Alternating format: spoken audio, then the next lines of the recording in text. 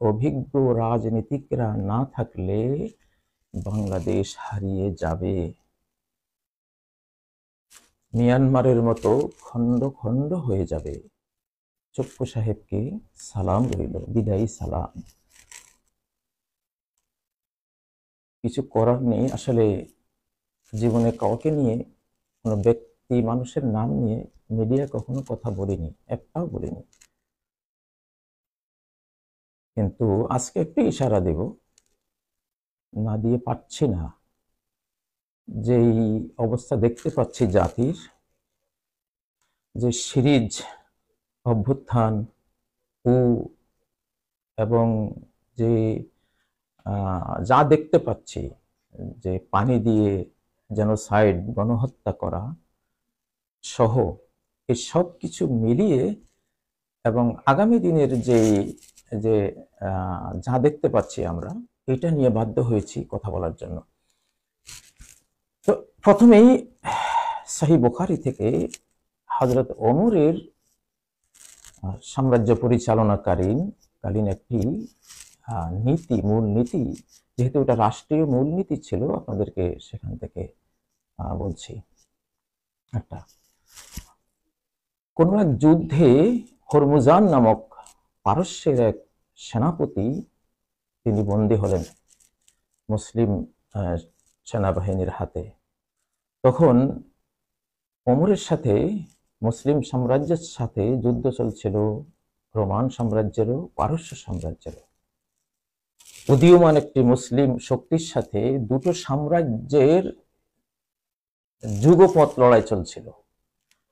তো দুটো রণাঙ্গনে মানুষ বা কোনো শক্তি সাধারণত সফল হয় না, একটাতেই সফল হয়। তখন ওমর হরমুজানকে জিজ্ঞাসা করেছিলেন যে ইন্নী মুস্তাশিরুকা ফি মাগাজিয়া হাযিহি, হে হরমুজান, তুমি তো এখন বন্দী হয়েছো, মুসলিমও হয়েছো, ইসলাম কবুল করেছো, তো আমার এই যে এই যুদ্ধ বিগ্রহ বিভিন্ন ফ্রন্টে চলছে দুইটা সাম্রাজ্যের সাথে, আমি এই বিষয়ে তোমার একটু পরামর্শ চাচ্ছি, আমি কি করা উচিত? তোমার সারা জিন্দেগীর যুদ্ধের অভিজ্ঞতা থেকে আমাকে পরামর্শ দাও। তো তখন হরমুজান যে পরামর্শটা দিয়েছিল, ওমর সে পরামর্শটা, সামরিক পরামর্শটা শুনেছিলেন, তার রাষ্ট্রীয় মূলনীতি হিসাবে গ্রহণ করেছিলেন এবং সফল হয়েছিলেন। যেহেতু এটা রাষ্ট্রীয় সমস্যা আমাদের বর্তমানে চলছে, এই জন্য ওই ঘটনাটা আপনাদেরকে শোনাচ্ছি, খুব মনোযোগ দিয়ে শুনবেন। তখন হরমুজান বলল, কওলা নাম, হ্যাঁ ওমর, আমি তোমাকে আমার অভিজ্ঞতার আলোকে একটা মূলনীতি তোমাকে আমি একটা এক্সাম্পলের মাধ্যমে দিতে পারি। মাসালুহা ও মাসালু মান ফিহা মিনান নাস মিন আদুউল মুসলিমিন, এই যে যুদ্ধ বিগ্রহ যে সামগ্রিক দুটো সাম্রাজ্যের বিরুদ্ধে তুমি করছো মুসলিমদের শত্রুদের সাথে, এটাকে একটা এক্সাম্পল দিয়ে আমি বুঝিয়ে দিচ্ছি। এটা যেন মনে করো এই যুদ্ধটা, সামগ্রিক যুদ্ধটা একটা পাখি। মাসালু তো এর একটা পাখি, লাহু রাসুন, এই পাখির আছে একটা মাথা, অলাহু জানাহান, তার আছে দুটো ডানা, অলাহু রিজলান, তার আছে দুটো পা। সাধারণত পাখির দুটো পা থাকবে, দুটো ডানা থাকবে, মাথা থাকবে, এই তো। আচ্ছা, তো দেখুন কত সুন্দরভাবে বোঝাচ্ছে সে। ফাইন কুসেরা আহাদুল জানাহাইনে, দুটো ডানার একটা ডানা যদি ভেঙে ফেলা হয়, তবু এই পাখিটা নিঃশেষ হবে না, শেষ হয়ে যাবে না। নাহদাতির রিজলান বেজানাহিন ওয়ার রাস, তখন এই পাখিটি তার দুটো পা তার সতেজ থাকবে, আর একটা ডানা আর মাথা তো আছেই, তাই না? সুস্থ মাথাটা আর দুটো পা আর একটা ডানা দিয়ে সে চলতে পারবে, হাঁটতে পারবে, দৌড়তে পারবে, উড়াল দিতে না পারলেও মোটামুটি তার কার্যক্রম সে চালাতে পারবে। ফাইন কুসিরাল জানাহুল আখার নাহাদাতির রিজলানি ওয়ার রাস, যদি দুই ডানার আরেক ডানাও ভেঙে দেওয়া হয়, যেটা অবশিষ্ট আছে, তবুও পাখিটা চলতে পারবে। নাহাদাতের রিজলানি ওয়ার রাস, সুস্থ মাথা আর দুটো পা নিয়ে এই পাখিটা চলবে, নিঃশেষ হবে না, সমস্যার সমাধান হবে না। ওয়াইন সুদেখার রাস জাহাবাতির রিজলানি ওয়াল জানাহানি ওয়ার রাস, আর যদি মাথাটা ভেঙে দেয়া হয়, তাহলে দুই পাও চলে গেল, দুই ডানাও চলে গেল, মাথাও চলে গেল, পাখিটাই নাই হয়ে গেল। তখন সে বললো ফরমা আসকেসরা, পরেরটা আর আমাদের জানার বিষয় না, যে মাথা হইল পারস্যরাজ। তখন হযরত ওমর পারস্যরাজের দিকে সর্বশক্তি নিয়োগ করে সফল হয়েছিলেন। সেটা তার করতলগত হয়েছিল, পরে রোমান সাম্রাজ্যের সাথে লড়াই করেছেন। যাই হোক, সেটা অন্য জিনিস।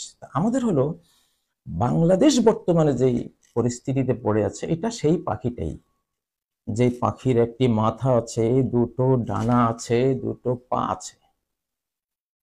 এই পাখিটার আপনারা এ পর্যন্ত যা ভেঙেছেন, সেটা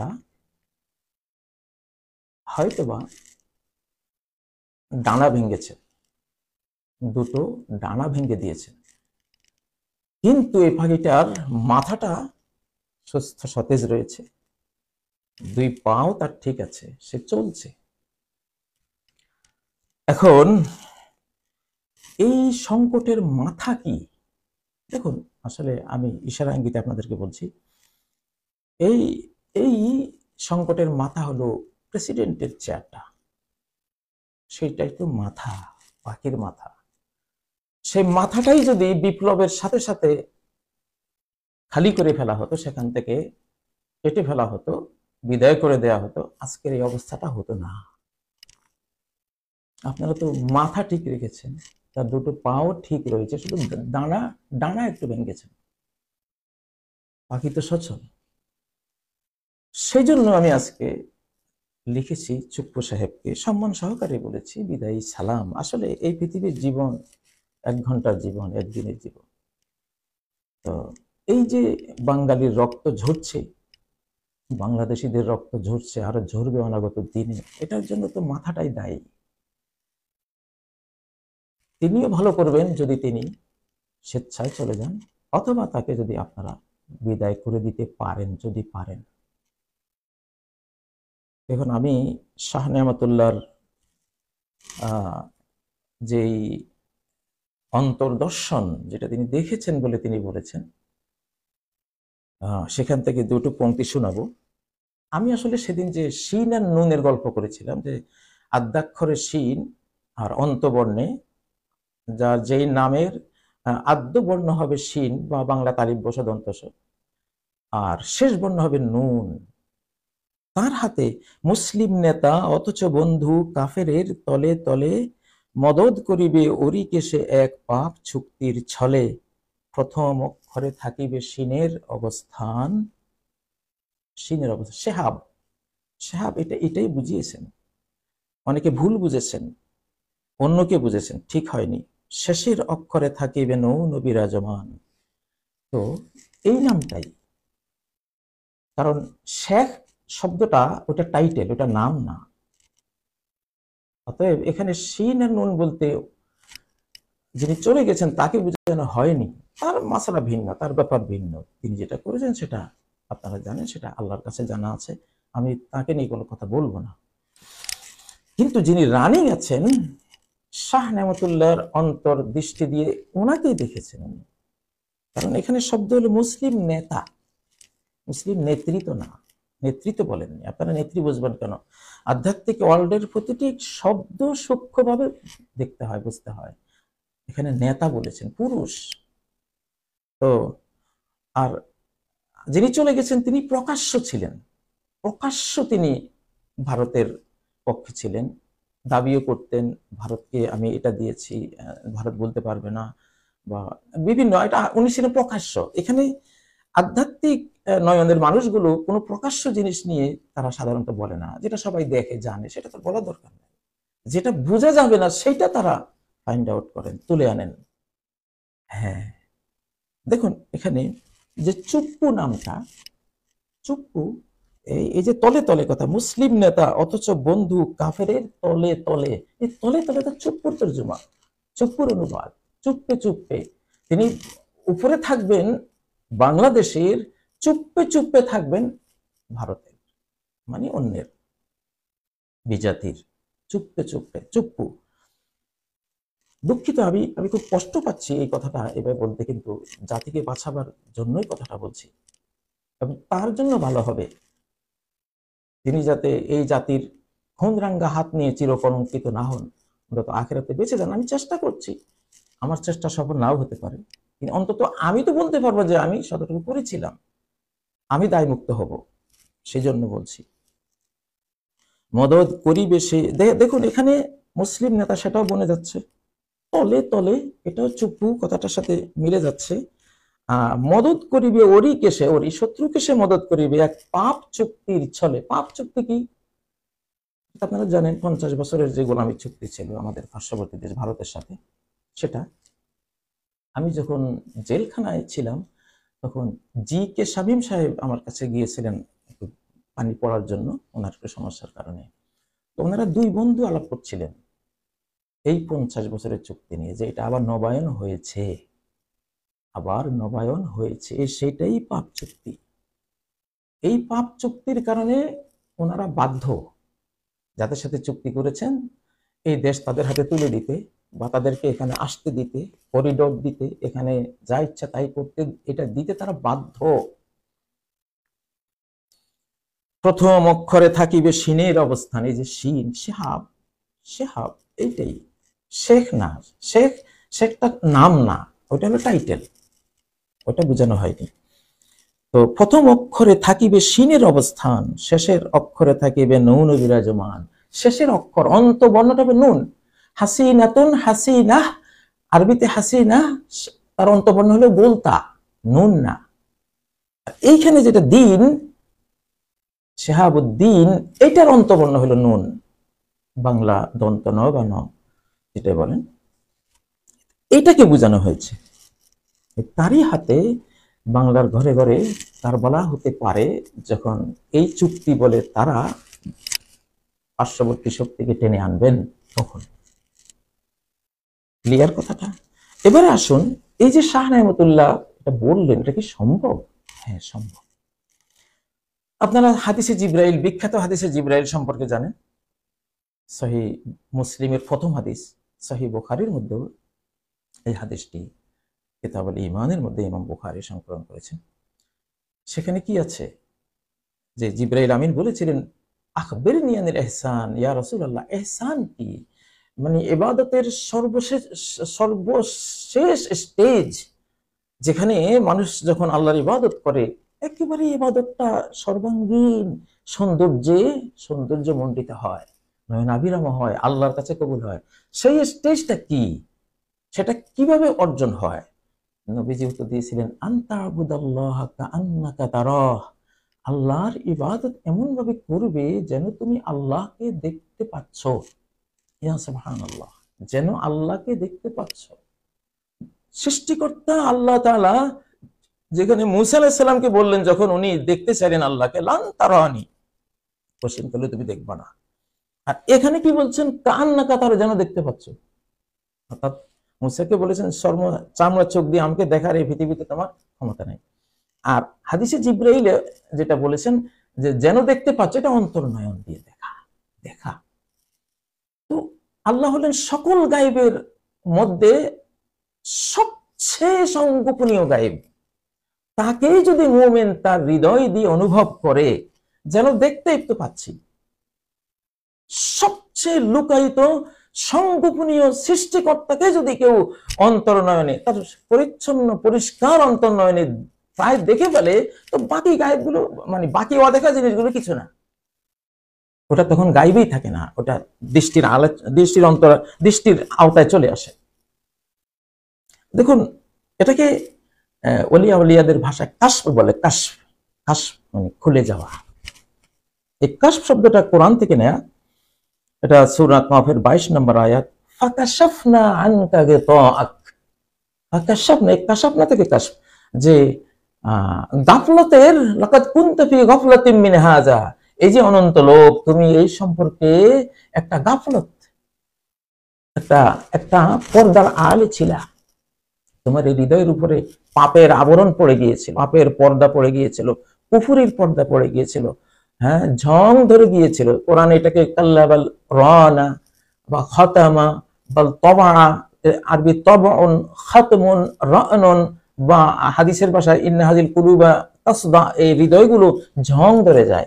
কামা ইয়াসদাউল হাদিদ, লোহা যেমন ঝং ধরে যায়। তো ঝং ধরা হৃদয়ে না আল্লাহকে অনুভব করা যায়, না এই পৃথিবীতে বসে জান্নাতকে দেখা যায়। কাশফ হয় না, খুলে যায় না, কারণ আয়নাটা আমার অস্বচ্ছ হয়ে আছে, আবরণ পড়ে আছে। এখানে দেখুন ফাকাশাফ না, এই কাশাফ না থেকে কাশফ। আপনি যখন আসলে আমরা যারা এই শব্দের আলেম, শব্দ নিয়ে আছি, ইসলামকে সেইভাবে ইবাদতে রূপান্তরিত করে সৃষ্টিকর্তার সামনে এমন ভাবে দাঁড়াই না যেন হৃদয়ের সমস্ত ঝং, সমস্ত আবরণ, আবর্জনা, পাপের আবর্জনা, কুফুরির, মুনাফিকের আবর্জনা দূর হয়ে হৃদয় দিয়ে যেন আল্লাহকে দেখে ফেলছে। এই অবস্থা যাদের হয় না, তারা প্রকৃত আলেম না। যাই হোক, এটা তো অন্য অন্য সাইড। তো উনি যেটা দেখেছেন, আমি আইডিয়া করতেছি হযরত ওমরের যে মূলনীতিটা আপনাদেরকে বললাম, ঘটনা এটাই বাংলাদেশে হচ্ছে। এখন কোনো উপায় নেই বন্ধুরা, কোনো উপায় নেই। আপনাকে বাঁচতে হবে, জাতিকে বাঁচাতে হবে। আপনারা প্রেসিডেন্ট পদে আরেকজনকে বসিয়ে দিন, সেই ডক্টর ইউনূস সাহেব হন অথবা অন্য।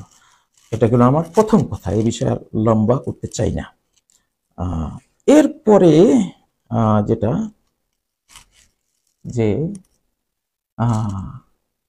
যে সরকার আমাদের ইউনূস সাহেবের, যে সরকারটা ছোট্ট একটা সরকার, আপনাকে জানতে হবে,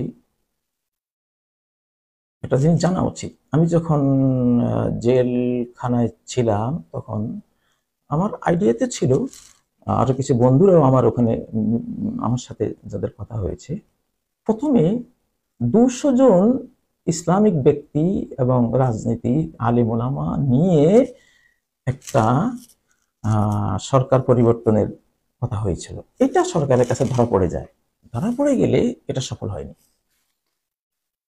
পরবর্তীতে গিয়ে আমাদের কোমলমতি ছাত্রদেরকে টার্গেট করা হয়েছে। যাই হোক, সেটা এরপরে ফলাফল যেটা হয়েছে, আমাদের ছাত্ররা, ওরা নিয়ত করেছে একটা, ছাত্ররা করে ফেলেছে আরেকটা। ঠিক মুরগির উষুমে হাঁসের বাচ্চা ফোটানোর মতো। শিশুকালে আমি দেখতাম মায়েরা হাঁসের বাচ্চা ফোটায় মুরগি দিয়ে অনেকেই। এখন মুরগি তো বাচ্চা ফুটিয়েছে, সে আনন্দিত, সে উদ্বেলিত, সে এতগুলো বাচ্চা, মাশাআল্লাহ। এখন সে বাচ্চাগুলোর ডাকে, সে পোকামাকড় খাবে, তার নখ দিয়ে সে মাটি আশ্রাচ্ছে, পোকা বের করে কক কক করে দিচ্ছে। হাঁসের বাচ্চা করে গিয়ে পুকুরে পড়ছে। মুরগিটা এই ছিল আমার ঘটে, এটা কি আমি বানালাম কি আর হলো কি? যে মুরগি এগুলোকে ফুটিয়েছে, সে, আমি দেখতাম ঘুমাচ্ছে, পুকুর পাড়ে বসে বসে ঘুমাচ্ছে। বাচ্চাগুলি হাসে, তারা তো সে কলকা করি মুখরিত, এইদিকে দৌড়াচ্ছে, ওদিকে যাচ্ছে, পুকুরে মাছ ধরে খাচ্ছে। বিকেল বেলানি বাচ্চাগুলো উঠে আসে, পরে মা আবার এদেরকে নিয়ে বাসায় যায়। মনে মনে ভাবে, সারাদিন গবেষণা করে কি করলাম। তো বাংলাদেশে যারা এই বিপ্লবটা পিছন থেকে মঞ্চস্থ করেছিলেন, তাদের অবস্থা এখন মুরগির মতো। আমাদের কিন্তু বাচ্চা তো আমাদের, আমরা তো জানি আমাদের বাচ্চা আকাশ থেকে এক হেসরা টানে আল্লাহ এগুলিরে। এরা যেহেতু এখন ডাইরেক্ট অ্যাকশনের যুগ, আল্লাহ তাআলা ডাইরেক্ট অ্যাকশন, এখন আপনি কল্পনাই করতে পারবেন না যে কোন দিক থেকে কি হবে, কারণ উনি জানে সেটা। এটা এই মজার ইঙ্গিতটা সূরা আনফালের মধ্যে আল্লাহ দিয়েছেন, ইন্নাল্লাযীনা কাফারু, যারা কুফরি করে, আল্লাহকে বিশ্বাস করে না, ইউনফিকুনা আমওয়ালাহুম, তারা তাদের মাল ব্যয় করে, সম্পদ ব্যয় করে, লিয়াসুদ্দু আন সাবিলিল্লাহ, ওরা মুসলমানদের পিছনে মাল ব্যয় করে আল্লাহর পথ থেকে, ইসলাম থেকে, দিন থেকে সরাবার জন্য। ফাসায়ুনফিকুনা, আল্লাহ বলেন এরা এটা ব্যয় করতে থাকবে কিয়ামত পর্যন্ত। সুম্মা তাকুনু আলাইহিম হাসরাতান, তারপরে এই ব্যয়টা হবে তাদের জন্য বড় আফসোসজনক, দুঃখজনক, বড় পানিশমেন্ট, টর্মেন্ট অন্তরে অনুভব করবে। হায় হায় হায়, কি করলাম, এত বিলিয়নস ডলার ব্যয় করলাম, ফল কি পাইলাম। সুম্মা ইউগলাবুন, পরে তারা আবার পরাজিত হবে, তাদেরকে পরাজিত করা হবে। আবার আখিরাতে ওয়াল্লাযিনা কাফারু ইলা জাহান্নামা ইউহশারুন, আখিরাতে জাহান্নামের দিকে তাদেরকে গ্যাদারিং করা হবে, নিয়ে যাওয়া হবে। সূরা আনফালের কত নম্বর আয়াত? এটা 36 নম্বর আয়াত, খুলে দেখেন। তো বাংলাদেশের ঘটনা তো আলহামদুলিল্লাহ, আমরা তো এগুলো দেখি, তো ঘটনা তো এটা হয়েছে, কিন্তু সংকট কেটে যায়নি ভাই নুরু, সবে মাত্র শুরু। রিমোট কন্ট্রোলের এই এই যে এখন যে সিস্টেমে বাংলাদেশ পড়ে গেছে, টোটাল রিমোট কন্ট্রোল। এখন এটাকে বাংলাদেশ কন্ট্রোল করব আমরা শাহানশাকে সাথে নিয়ে। আমি যা পারি করি, আলহামদুলিল্লাহ। আমার আছে বাংলাদেশে 360-এর মতো, একটা জাস্ট একটা উদাহরণের জন্য এই সংখ্যাটা বলি, 360 আউলিয়া, যারা সৃষ্টিকর্তার ফ্যামিলি, যাদেরকে কোরআনের কারণে আল্লাহ তার ফ্যামিলির মতো, তার পরিবারের অন্তর্ভুক্ত করে নেন, তারা টের পায় ওগুলো। তাদের অভিভাবক কি বলে, তাদের গার্ডিয়ান রব্বুল আলামিন কি বলে, তারা টের পায়, তারা বুঝে, তারা দেখে। তো এখন ধরুন 5 টন ওজনের একটা পিক আপ আপনি তার উপরে চাপিয়ে দিয়েছেন 500 টন, এটা মড়মড় করে ভেঙে এটা বসে যাবে। বাংলাদেশের উপরে এখন আমাদের পার্শ্ববর্তী ভারতের এক বিশাল চাপ, তার সাথে একসাথে হয়েছে সাগর পারের ওপারের পরাশক্তিদের চাপ, আরো একটা শক্তির চাপ, এত বড় লোড, আবার দেশের ভিতরের চাপ, 4টা, মানে কি এটা, আমি তো 500 টন এমনি বলছি, হাজার হাজার মেট্রিক টনের, কোটি কোটি মেট্রিক টন ওজনের চাপ। এইটা আমি বলি দেই, যে সরকারটা এখন আছে আমাদের ইউনূস সাহেবের সরকার, এটা শেষ ফলটা বলে দিই, সমান সমান সমান সমান কি বাংলাদেশ নাই। আমাদের এই সরকারের শেষ ফল সমান সমান বাংলাদেশ নাই, ভেঙে গেছে। না জেনে বলছি না, জেনে শুনে বলছি, শেষ ফলটা বললাম। এটা কি ইউনূস সাহেবের দোষ? না, ওনার দোষ না, উনি লোড দিতে পারবেন না। এটা ছোট্ট করে সরকারটা বসানো হয়েছে এই জন্যই, যে যাতে চতুর্দিকে বিশৃঙ্খলা, লেজে গোবরের অবস্থা হয়। সেই সুযোগে আমি আমার যে অঞ্চলটা আমার লাগবে বাংলাদেশের, ওটা আমি নিতে পারি, তোমার যেটা পছন্দের ওটা তুমি নিতে পারো। এখানে এটা টোটাল, এটা রয়ের দ্বিতীয় ভার্সন। আমাদের এই সরকারটা রয়ের দ্বিতীয় ভার্সন। প্রথম ভার্সন ফেলিওর হয়েছে, এখন দ্বিতীয় ভার্সন আনা হয়েছে, যাতে জনগণের কাতারে মিশে, যাতে দেশটা আমাদের হাতে। বললাম এগুলি, বলি না কিন্তু বললাম। আর আমার তো বলার রেকর্ড আছে। আমি গ্রেপ্তারের আগে 2021 24 সেপ্টেম্বর যখন ভাষণ দিয়েছিলাম খুতবা মসজিদে, আমার দক্ষিণখান মসজিদে আমি খুতবা দিয়েছিলাম, স্বাধীন, সমৃদ্ধ, নিরাপদ এই বাংলাদেশ চাই। 3টা শব্দ, স্বাধীন, সমৃদ্ধ, নিরাপদ বাংলাদেশ চাই। এই খুতবা দিয়ে মসজিদ থেকে বের হতেই ফোন পেয়ে গেছে যে আপনার নামে মামলা আছে। বললাম হ্যাঁ, এখন তো মামলা হবে, আমি তো আমার দেশকে স্বাধীন চেয়েছি, দেশ তো আমার না, তুমি দাবি করো, আমি কেন চাইলাম এই জন্য। এবং 2 দিনের মাথায় আমার 27 সেপ্টেম্বর সোমবার রাতে আমি গ্রেপ্তার। তখন আমি স্বাধীনতা ঘোষণা দিয়েছিলাম, স্বাধীনতার ঘোষণা আমি দিয়েছিলাম। প্রথম স্বাধীনতার ঘোষক যদি হয় জিয়া, এই দ্বিতীয় স্বাধীনতার ঘোষক জিয়ার ছাত্র কাজী। জিয়ার ছাত্রের জন্য বলছি, জিয়াকে আমরা খুব ভালোবাসতাম, দেশপ্রেমিক ছিলেন, খুব সাদামাটা ছিলেন। জিয়ার বাড়িতে যারা খেত, মন্ত্রীরা, এমপিরা, তারা আবার হোটেলে গিয়ে খেত।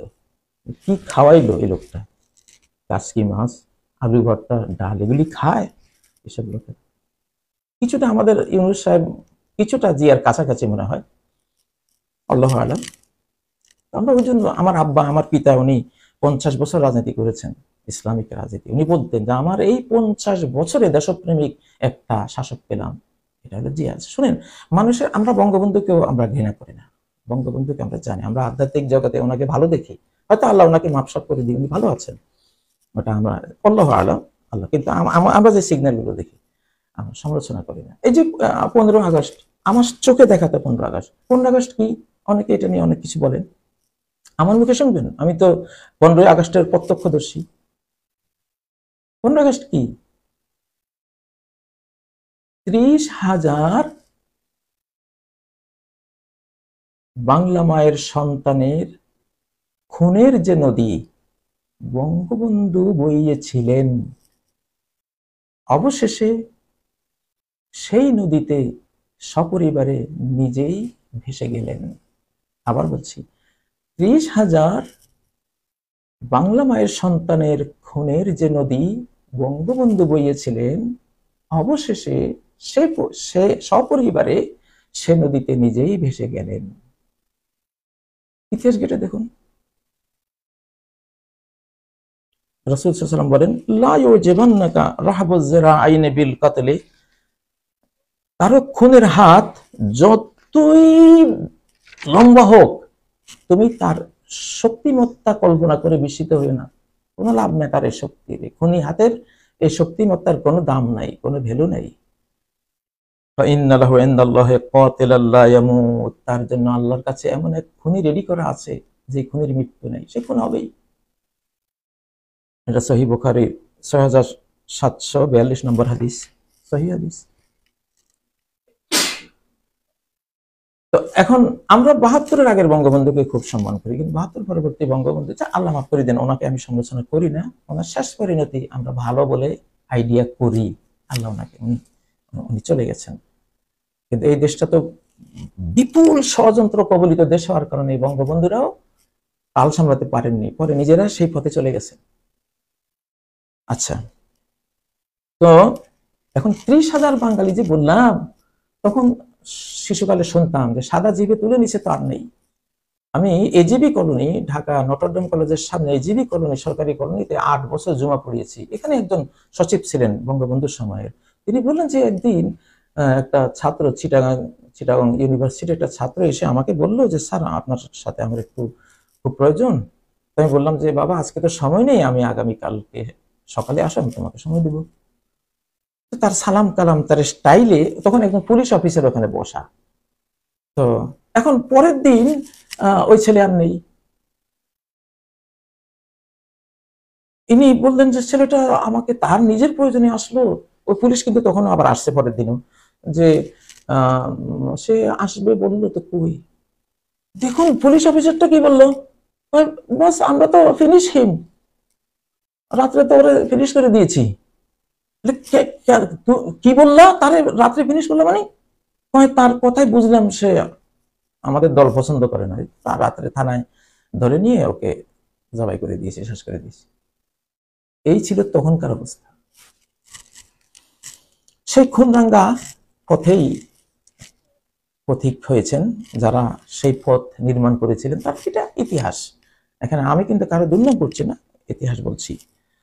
তো এখন এই যে ইউনূস সাহেবের যে সরকার, আমি বললাম এই সরকারের শেষ ফল বাংলাদেশ হারিয়ে যাওয়া, মিয়ানমারের পরিণতি হওয়া।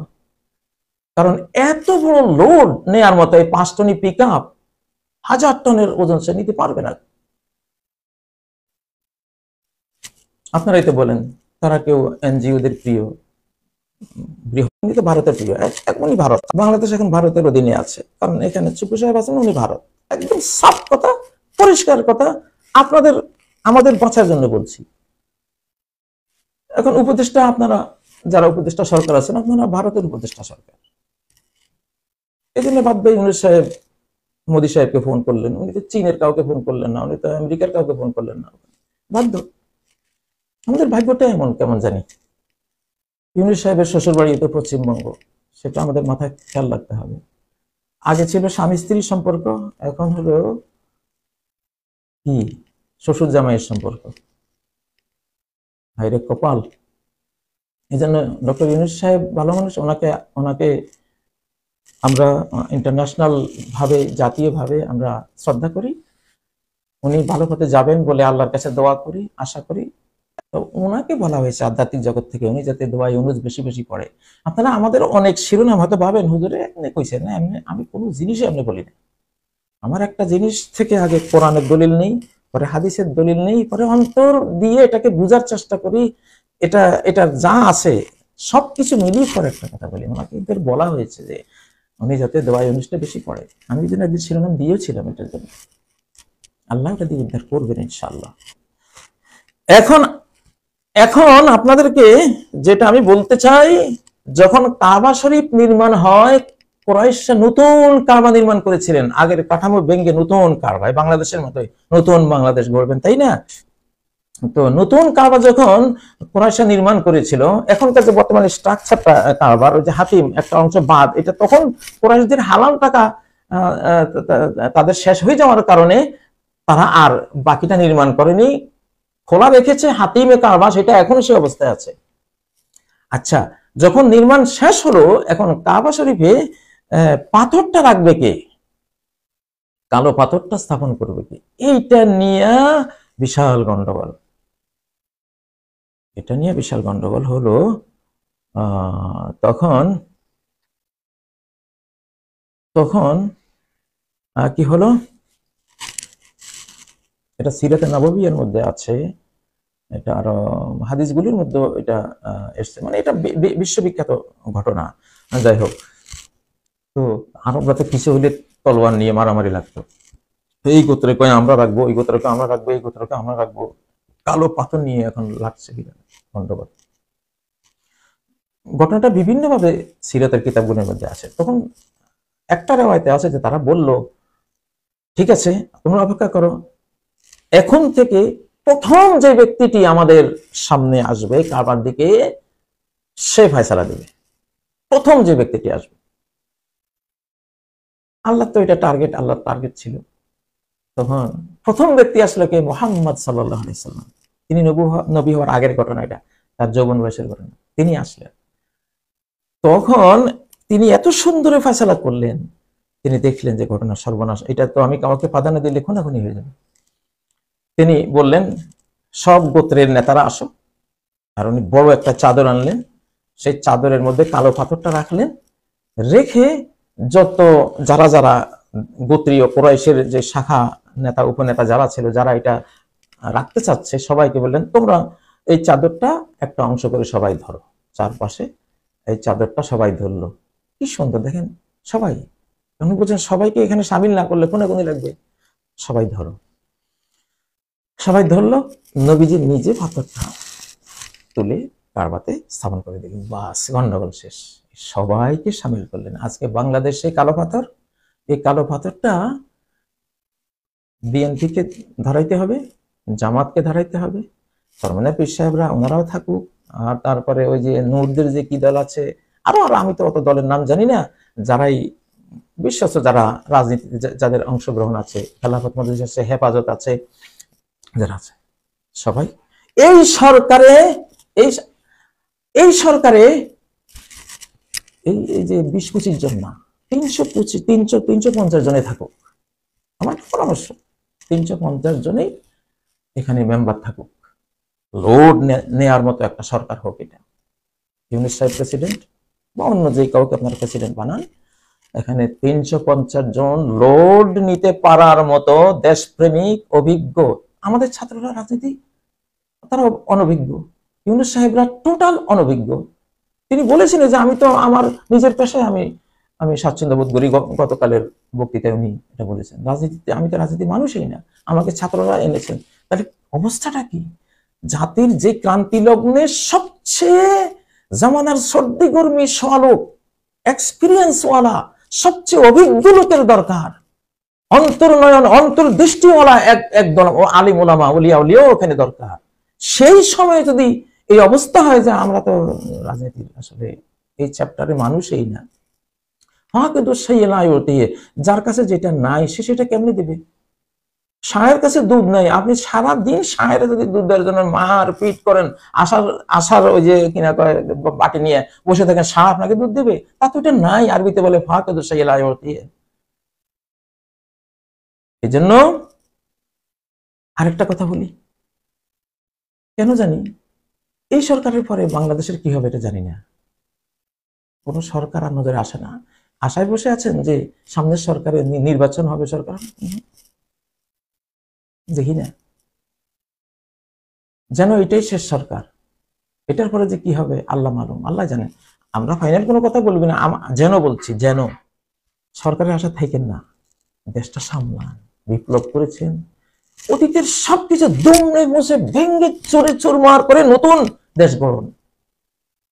আবার ওই কালো ভাতের মতো বিএনপিও ধরুন, জামাত নিষিদ্ধ, তাদের এখন আপাতত এখন কোনো দল নাই, কিন্তু 1 নাম্বার দেশপ্রেমিক হলো এরা, জামাত শিবিরের এরা। বিএনপিও দেশপ্রেমিক, জিয়ার দল, অন্যরাও আছে অনেক, কিন্তু পোর খাওয়া এই দেশকে ভালোবাসে, এই জন্য ফাঁসিতে ঝোলা মানুষ হলো এরা। এদেরকে আমি চিনি। এদেরকে যদি কেউ হিংসা করে বাংলাদেশে, এখন সে দেশের শত্রু, ভারতের দালাল। এদেরকে আপনারা রাখেন। বিএনপি সর্ববৃহৎ দল, সে তো থাকবেই। অন্যান্য দল ছোট্ট বলে কাউকে আপনি হেলা করবেন না। প্রাচীরের গায়ে এক অতিশয় ক্ষীণ, প্রাচীরের গায়ে এক নাম গন্ধহীন, ফুটিয়াছে ছোট ফুল অতিশয় ক্ষীণ, ধিক ধিক করে তারে কাননে সবাই, সূর্য উঠিয়া বলে কেমন আছো ভাই। বড়রা ছোটদেরকে মূল্যায়ন করে, তাকে দিয়ে যে কি হবে সেটা আপনি জানেন না।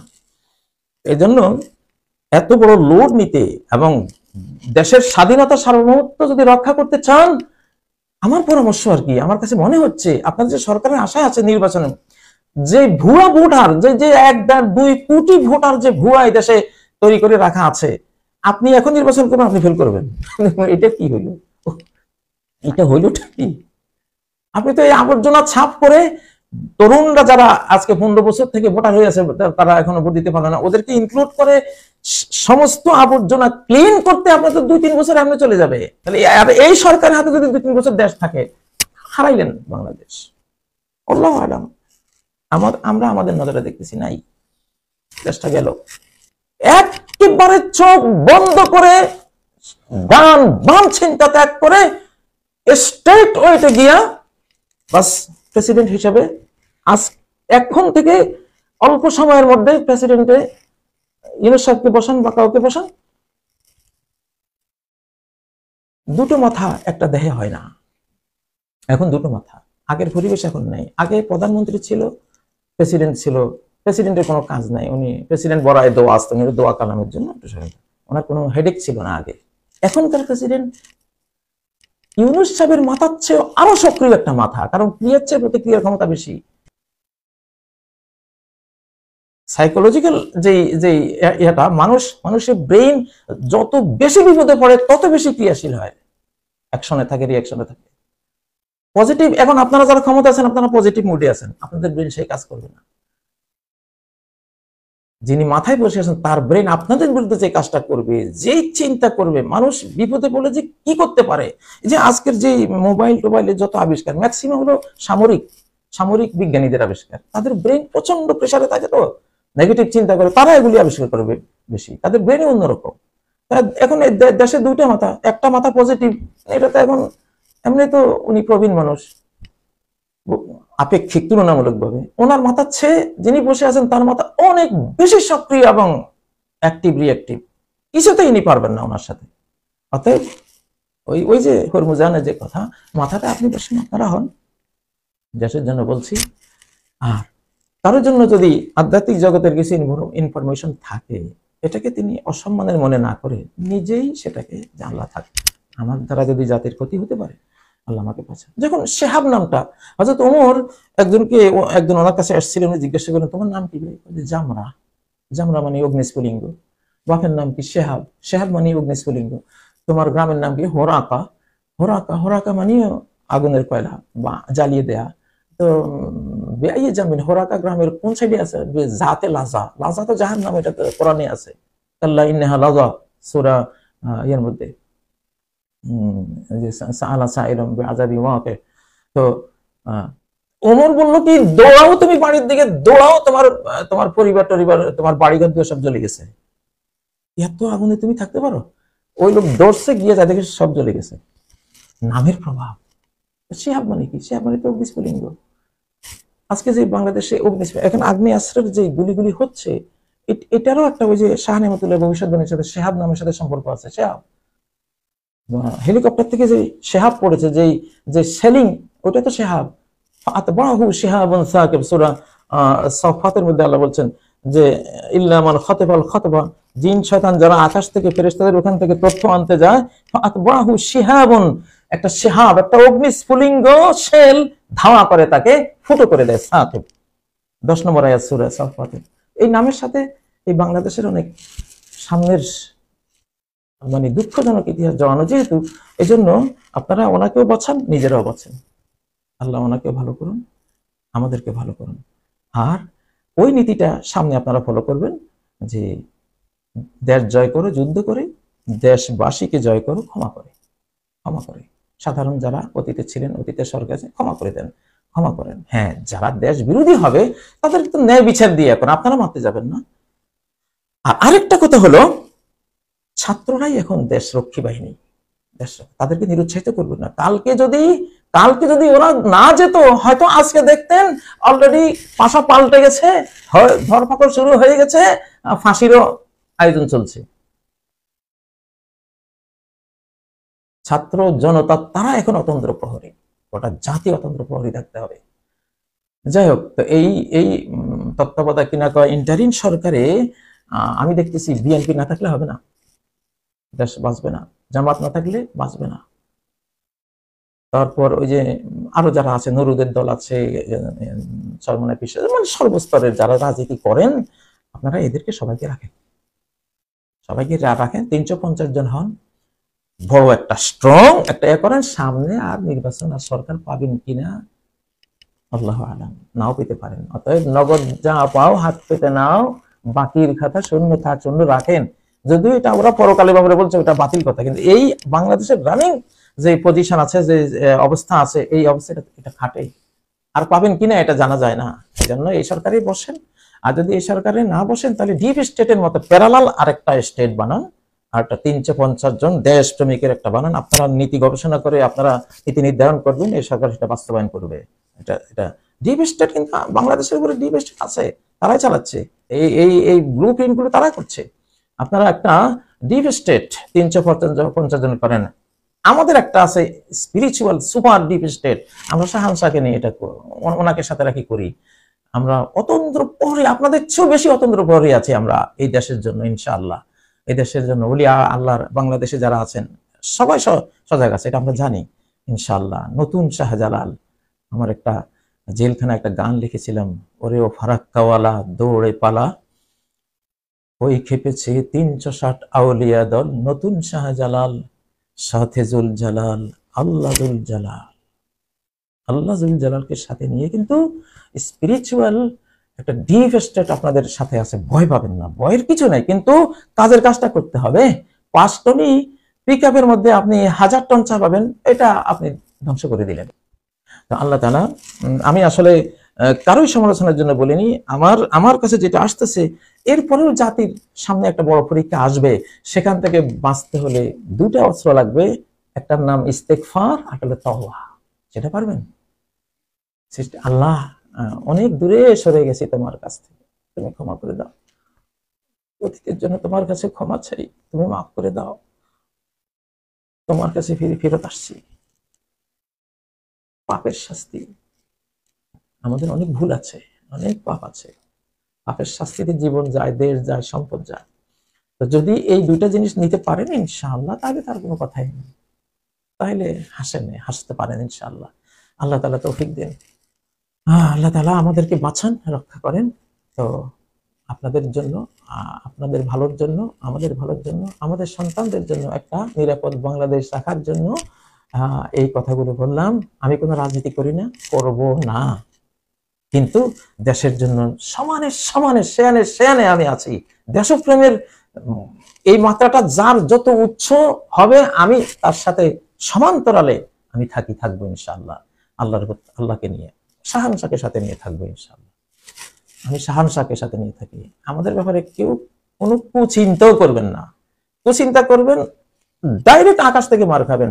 বাংলাদেশের যে বিগত যে সমস্যাটা, যে অধঃপতনটা হয়েছে, একমাত্র শুধুমাত্র স্পিরিচুয়াল ওয়ার্ল্ডের বার্তা, যেটা একমাত্র আলেমদেরকে হেনস্থা করার কারণে। আল্লাহর দ্বীনের নবীর লাগানো যে ফুল বাগান, ওলামাদের যারা না থাকলে সব পশু হাইওয়ান জানোয়ার হয়ে যাবে মানুষ। এদের ঘরে ঢুকে এদের উপরে হানা দেওয়ার কারণেই এই কথাটা হয়েছে।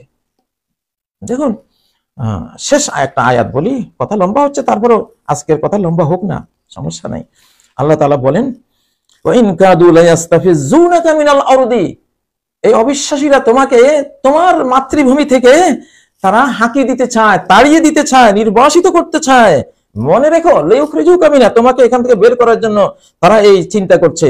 ওয়াইজান, যদি এটা করে, লা ইয়ালবাসুনা খিলাফাকা ইল্লা কালিলা, তোমার পরে তারা এই মক্কা মাতৃভূমিতে আর থাকবে না সামান্য সময় ছাড়া, সামান্য একটু সময় থাকবে, তোমাকে গেট আউট করবে। তাদেরকে আমি দায়িত্ব নিলাম, রব্বুল আলামিন শাহানশাহ রাজা দিরাজ, আমি গেট আউট করবো ওদেরকে। বদরের দিনে গেট আউট করে দিয়েছেন দুনিয়া থেকে। নবীজি যাওয়ার পরে মাত্র কত 1-1.5 বছর 2 বছর। বাংলাদেশেও তাই হয়েছে। আলেমরা দিক বিদিক, আলেম এখানে আলেম বলি, কিন্তু সাধারণ মুসলিম জনগণ বিভিন্ন ধরনের জুলুম অত্যাচার হয়েছে। সবচেয়ে বেশি হয়েছে আলেমদের উপরে, যারা রাজনীতি করেন তাদের উপরে, ভুলাবালা মানুষগুলির উপরে হয়েছে। তো বিশেষ করে আল্লাহর দ্বীনের দায়ীদের উপরে যদি কেউ হাত দেয়, তার নিস্তার নেই। আল্লাহ 2 দলের বিরুদ্ধে যুদ্ধ ঘোষণা করেছেন। কোরআনে একটা দিয়েছেন ঘোষণা, সুদখোর যে সুদ খাবে, তওবা যদি না করে, যদি তওবা না করে, তাহলে ডিক্লার করলাম ওয়ার তোমার বিরুদ্ধে। তো ইউনূস সাহেবকে বলছি, ওই অতীত জীবন থেকে, অতীত সুদের কারবার থেকে তওবা করে ফেলবেন ইনশাআল্লাহ। আর দ্বিতীয় যুদ্ধ ঘোষণা করেন, মান আদা লি ওয়ালিয়ান ফাকাদ আযানতুহু বিল হারব। আমার কোন বন্ধুর সাথে যদি কেউ শত্রুতা পোষণ করে, অন্তরে শত্রুতা শুধু পোষণ করছে, এখনো সে তার দিকে হাত বাড়ায় নাই, অন্তরে শত্রুতা শুধু জাগাইছে, আমি তার বিরুদ্ধে যুদ্ধের ঘোষণা দিলাম। এই ঘটনা দ্বিতীয়টা ঘটছে বাংলাদেশে। মূল কারণ সেটা আমরা জানি। দয়া করে কেউ আলেমদেরকে নিয়ে, দ্বীনের দাওয়াত যারা দেয়, এদেরকে নিয়ে, এদের লুহুম উলামা মাসমুমা, ইবনে আসাকির একটা সাহাবীদের কওল নকল করেছেন যে ওলামাদের গোশত খুব বিষাক্ত। এই বিষাক্ত যে খাইছে সে মরছে। আমাদের বিগত সরকারটা মরছে এই জন্য, বুঝছেন? আমাদেরকে নিয়ে আপনাদের চিন্তা করা লাগবে না। আমরা আপনাদের কোনো কল্যাণ চাই না, কারোই চাই না। আমরা রাহমাতুল আলামিনের উম্মত হিসেবে রহমতের রাস্তায় চলতে চাই, চালাতে চাই। ভারতের ব্যাপারেও আমাদের এটা, আমেরিকার ব্যাপারেও এটা, ইউরোপের ব্যাপারেও এটা, আরো যারা আছে, গোটা বিশ্ব মানবতার ব্যাপারে আমাদের দাওয়াত শুধু মায়া, দয়া, রহমত, মার্সি এগুলির। তো আমাদের ব্যাপারে আপনারা কেউ কখনো কুমতলব খালি অন্তরে আনলেই ধরা খেয়ে যাবেন। হ্যাঁ, আল্লাহ তাআলা কাবার ব্যাপারে কি বলছেন সূরা হজ্জের মধ্যে, একটু দেখাই। আসলে কাবার ব্যাপারে উনি এই হুমকিটা দিয়েছেন, আমার কাবার ব্যাপারে যদি কেউ খালি নিয়ত করস যে এটারে কিছু করা যায় কিনা, সাথে সাথে ধরবো আমি তোরে। ইন্নাল্লাযীনা কাফারু, এখানে ওমাই ইউরিদু ফীহি বিইলহাদিন বিযুলমিন, এলহাদ কুফরি করে, যদি এলহাদ কুফরি দ্বারা, বেঈমানি দ্বারা যদি আমার কাবাতে কেউ কোনো জুলুম করতে চায়, নুযিকহু মিন আযাবিন আলিম, চাওয়া মাত্র, চাহিবা মাত্র আমি তাহাকে আস্বাদন করাইব পানিশমেন্ট পেইনফুল। চাওয়া মাত্র তুমি ওখানে যাইবা, যেটা আব্রাহা শুধু চাইছে, চাইয়া ও কাছে আইছে, এখন পরিকল্পনা করতেছে কাবারে কিভাবে আক্রমণ করবে, চাওয়ার মধ্যে শেষ। আপনি আল্লাহর যারা ফ্যামিলি, পরিবার, এদের ব্যাপারে অকল্যাণ চাইবেন না কোনোদিন। চাইলেন তো মার খাইলেন। অতীত সরকারটা মার খাইছে এখানে, আমি খুব ভালো জানি, একেবারে ক্লিয়ার জানি। তো আল্লাহ তাআলা বাংলাদেশের বর্তমান সরকারকে, ওলামা বান্ধব, পীর মাশায়েখ বান্ধব, ধর্মপ্রাণ যারা আছেন, যারা আল্লাহওয়ালা, নবীওয়ালা, এদের বান্ধব যাতে আল্লাহ করেন, তাদেরকে সাথে রাখেন। আপনারা ভালো থাকবেন ইনশাআল্লাহ, ভালো চালাইতে পারবেন, চলতে পারবেন। আর ইনশাআল্লাহ আপনারা সরকারটা নিয়ে এটা চিন্তা করেন, আমরা কিন্তু আছি আপনাদের সাথে ইনশাআল্লাহ, শাহানশাহকে নিয়ে। আল্লাহ হাফেজ। আসসালামু আলাইকুম। সুবহানাকাল্লাহুম্মা ওয়া বিহামদিকা আশহাদু আল্লা ইলাহা ইল্লা আনতা আস্তাগফিরুকা ওয়া আতুবু ইলাইক। আসসালামু আলাইকুম ওয়া রাহমাতুল্লাহি ওয়া বারাকাতুহু।